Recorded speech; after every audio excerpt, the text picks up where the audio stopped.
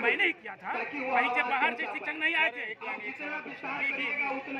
जो अतिथि शिक्षक में कुछ अभी बता रहे थे कि आपके जगह पे उनको भी रखा जा रहा है, जो बीपीएससी से एग्जाम दे के आ रहे हैं उनको रखा जा रहा है आपके जगह, ये कहाँ तक सही है? महोदय, यह अभी तक जो शिक्षा विभाग का जो लेटर जो निकलता है उस समय हमारे जो शरीर में जितना पाउंड खून ब्लड होना चाहिए वह सूख जाता है और वह बिल्कुल पानी के रूप में हो जाता है। कि महोदय, मैंने जिस पेड़ को जिस पौधे को मैंने सींचा और जो कि मेरे पढ़ाए हुए बच्चे कोटा में, राजस्थान में, दिल्ली में, हरियाणा में परचम लहरा रहा है, इंजीनियरिंग में, डॉक्टर में, महोदय मुझसे वहाँ उस सीट से मुझे निकाला जा रहा है इसलिए कि वह बीपीएससी पास है। महोदय, 6 वर्ष का अनुभव का कोई मायने नहीं होता है महोदय, इसका भी अर्थ होता है, इसलिए अर्थ होता है कि मैंने उस पेड़ को सींचा, मैंने उस घर को सजाया, मैंने उस घर को साफ सुथरा किया, क्योंकि वह घर गंदा था, वह विद्यालय रूपी घर बिल्कुल डस्टबिन था और महोदय मैंने सींचा, मैंने पेड़ लगाया महोदय, इसलिए मेरी मांग को आपको पूरा करना चाहिए।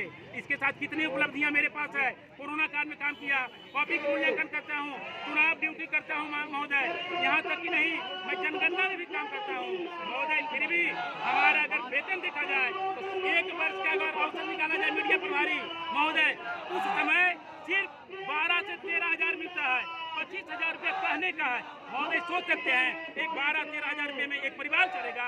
इसका मतलब क्या है कि मैं चोरी करूं, मेरी पत्नी कहीं दूसरे जगह काम करे, मेरी पत्नी कहीं मेड सर्वेंट की काम करे महोदय, यह आपको अच्छा नहीं लगना चाहिए। के लिए हम लोग मांग कर रहे हैं कि हमारे मीडिया प्रभारी मैं उनको धन्यवाद देता हूँ, इसलिए कि इस तपतपाती धूप में आप अपनी गाड़ी से चलकर जो आए हैं, मैं हमेशा ऋणी रहूँगा। मैं नहीं, मेरे पूरे टीम जो कि बिहार में 4257 अतिथि शिक्षक हैं। आपका जो क्वेश्चन है बिल्कुल सराहनीय है महोदय। हमारा जो मांग है, हम बिहार सरकार के प्लस 2 विद्यालय में कार्यरत महोदय, आपको यह जानकारी होगा जिस समय प्लस 2 विद्यालय खोला गया था उस समय प्लस 2 विद्यालय में एक भी शिक्षक नहीं हुआ करते थे और उस समय ऐसा भी हुआ था कि वह जो है कब स्कूल चलेगा। लेकिन हमारे महामहिम यशस्वी मुख्यमंत्री जो कि बिहार को सर्वांगीण विकास करते हैं और उन्होंने यह एक्शन लिया कि एक अतिथि शिक्षक की नौकरी को दिया जाए और हमारा विद्यालय चलेगा। मैंने अपने सरकार, और मेरी सरकार नहीं बल्कि मेरे मालिक है, मेरे घर के, मेरे माता पिता सरकार के अतिथि शिक्षकों की तरफ से आपका प्रश्न में ही आपका जवाब है साहब। आप सोच के देखिए, ये प्लस 2 स्कूल में कार्यरत गेस्ट टीचर हैं। इस गेस्ट टीचर की बहाली सरकार और शिक्षा विभाग के मानक के माध्यम से 2018 में हुई थी। क्यों हुई थी? प्रश्न ये जाहिर होता है, ना शिक्षा विभाग ना सरकार को शिक्षक नहीं मिल रहे थे पर्टिकुलर विषय में, ना अंग्रेजी में, ना गणित में, ना साइंस में। अब उस वक्त हम लोग आके बिहार के प्लस 2 स्कूलों में शैक्षणिक व्यवस्था को सुदृढ़ करने का काम किया। 4250 अतिथि शिक्षक। आज हम शैक्षणिक व्यवस्था को सुदृढ़ करके 68% रिजल्ट से 90% पे पहुंचा दिए, तो हमारी सूद लेने वाला कोई नहीं है साहब।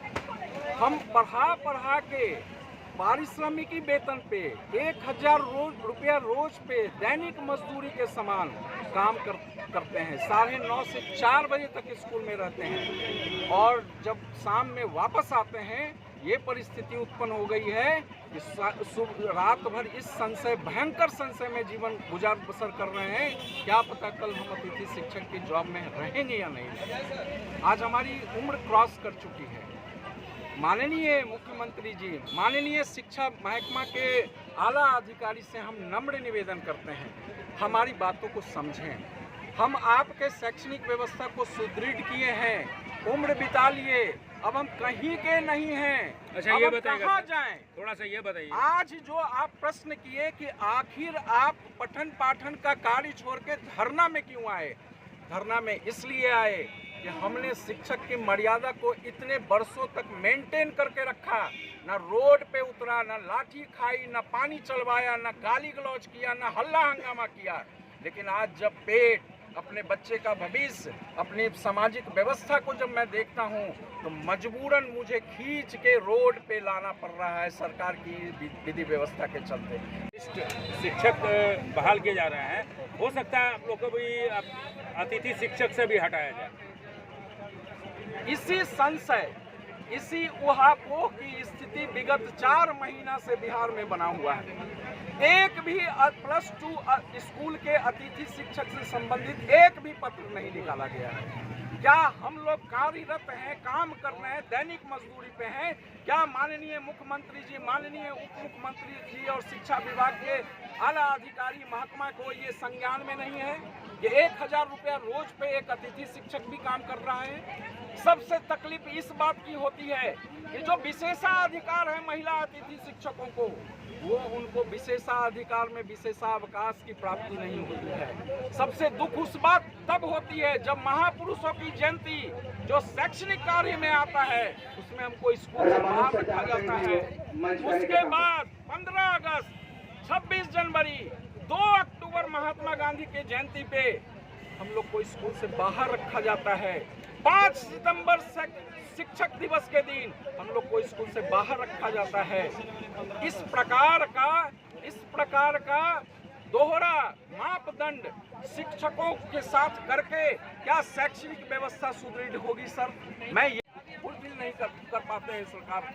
इतना के बावजूद मैं आपको कह रहा हूँ, चंद्रशेखर जी से, माननीय शिक्षा मंत्री से हमारी समस्या को संज्ञान में लीजिए, संज्ञान में लेके उचित निर्णय करिए, हमको शिक्षक की दर्जा दीजिए। हमारा इतना शोषण होता है +2 स्कूल में, मैं बता नहीं सकता हूँ। पारिश्रमिकी के नाम पे दोहन होती है सरकार, वित्तीय अनियमितता होती है। आप हमारा माहवार वेतन तो फिक्स कर दे। हमारे लिए महीना ही आप 25 दिन का बनाए हैं। आप 25 दिन का महीना बनाए हैं, उसमें जयंती काट लेते हैं, संडे काट लेते हैं, 15 अगस्त काट लेते हैं, करके ओनली 180 दिन हम काम कर पाते हैं। 10 से 12 हज़ार में जीविकोपार्जन नहीं हो पा रही है। उसके बावजूद शैक्षणिक